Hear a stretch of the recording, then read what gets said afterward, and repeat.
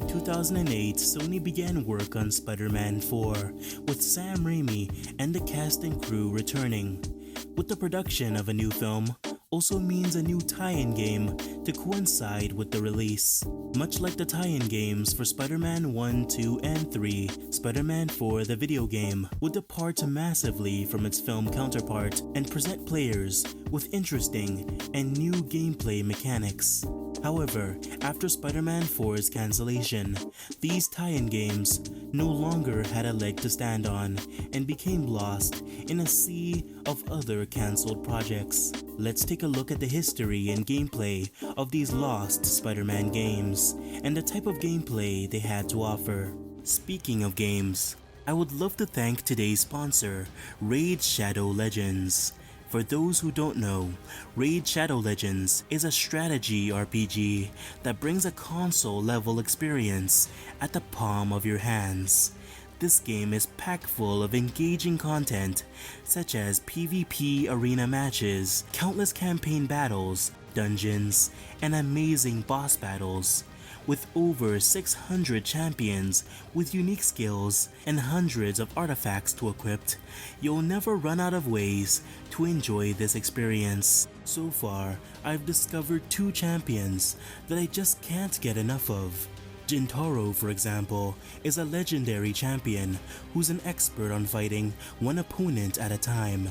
His third skill, Oni's Rage, allows him to lower an enemy's defense, making him a powerful asset in your team. Calvalax is my second favorite legendary champion, and he's all about poison damage. His first attack allows you to extend the poison duration. Chain this with his second move, which attacks based on the amount of poison on a target, and you'll make sure that everyone fears your presence. These champions are only a footnote when compared to the gigantic selection to choose from, which I really love about this game, because whatever your playstyle or preference is, there will always be a champion that fits your specific gameplay style. Right now, Raid is running an amazing trick-or-treat promotion for Halloween, where you can win a bunch of real-life and in-game prizes, including a $1,000 Amazon gift card and some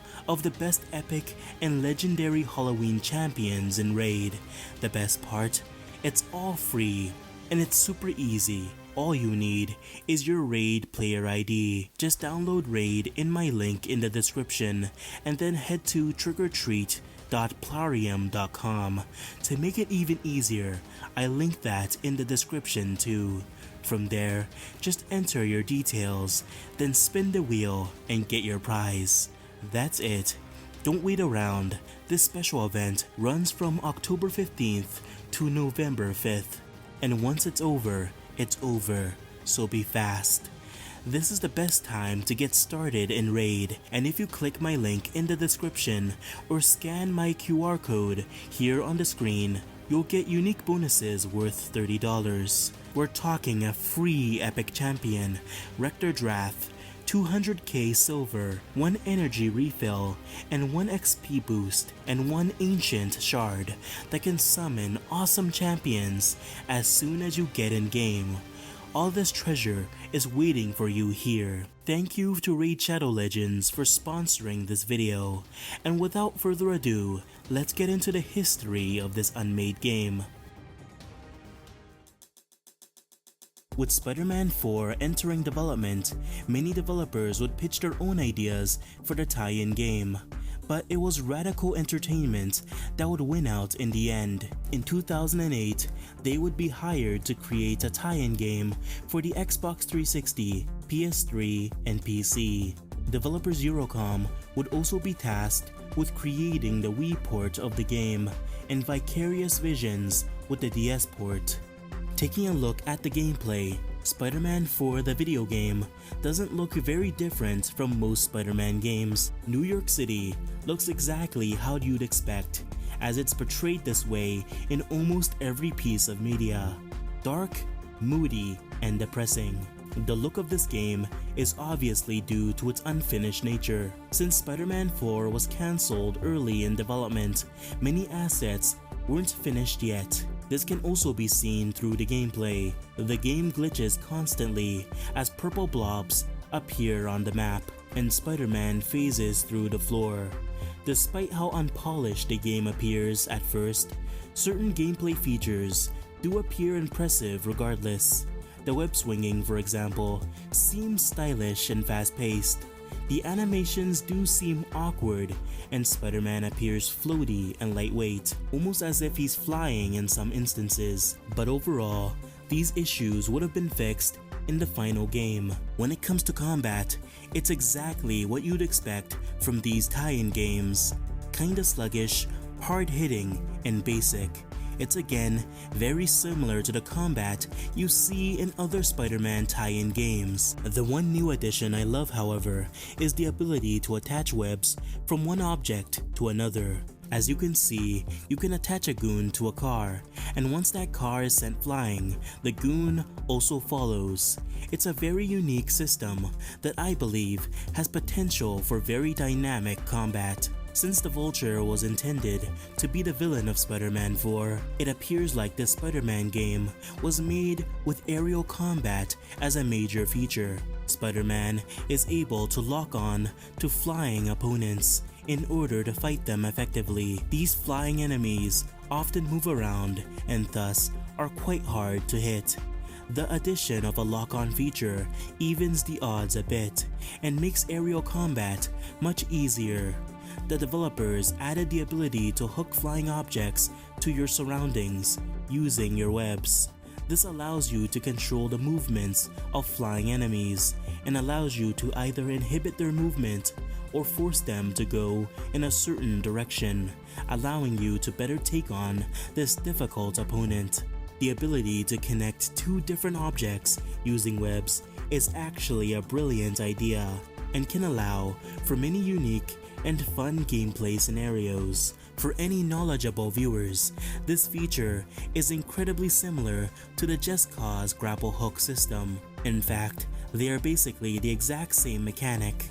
Anyways, in terms of other combat features, Spider-Man has access to a plethora of stylish combos and even special abilities such as the Super Punch, which can be unlocked through completing missions. Speaking of missions, the open world seems to be packed full of activities which are all localized in these red highlighted areas on the map, and based off these icons, we can get a gist of what Radical Entertainment had in store for us. The game also has a section called Most Wanted, which I believe would have been major side missions involving classic Spider-Man villains. Speaking of missions, Radical Entertainment included unique prompts for when one failed or finished a mission. They are in the style of Daily Bugle newspaper articles that always throw jabs at the player for failing the mission. There's no doubt that this game looks kinda bland in terms of aesthetic. The city has this ugly, faded out look to it that just does not look visually appealing. This is an early build of the game, so this complaint is not valid.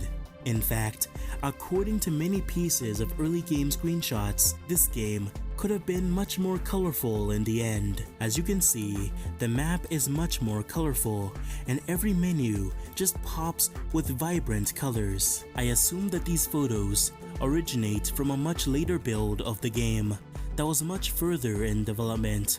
Looking at some concept art of New York, we can notice just how much more full of life and colorful it appears, almost night and day when compared to the soulless city of the gameplay. There's a reason why New York appears this way in Spider-Man 4. You see, many of the assets in this game were ripped straight from Prototype. In fact, one of the main reasons why Radical got to develop this game in the first place was because they had already developed a full-size New York City that was used in Prototype. This was not the only thing that was ripped straight from that game. You will also notice that Spider-Man's running animation is exactly the same as Alex Mercer's, and the minimap was also taken straight from the game. Unfortunately, Due to the cancellation of Spider-Man 4, this game would be cancelled early in development. Not all was lost though, as this game would later be salvaged and converted into Prototype 2. Remember, Radical were not the only ones developing a Spider-Man 4 tie-in. Developers Eurocom were responsible for the Wii port of the game, but this was not a traditional port. In fact, it looks like a completely different game entirely, mostly due to the technical limitations of the Wii. Spider-Man 4 was hindered in terms of graphics and ambition.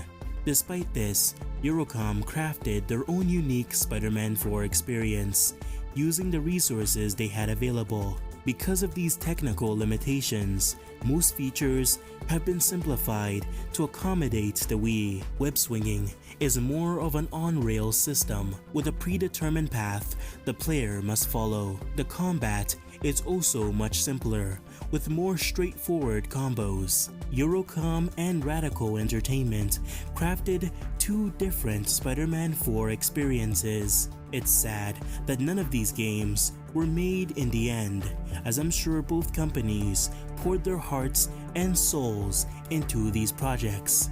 But it's always nice to look back at these lost pieces of media and contemplate what could have been.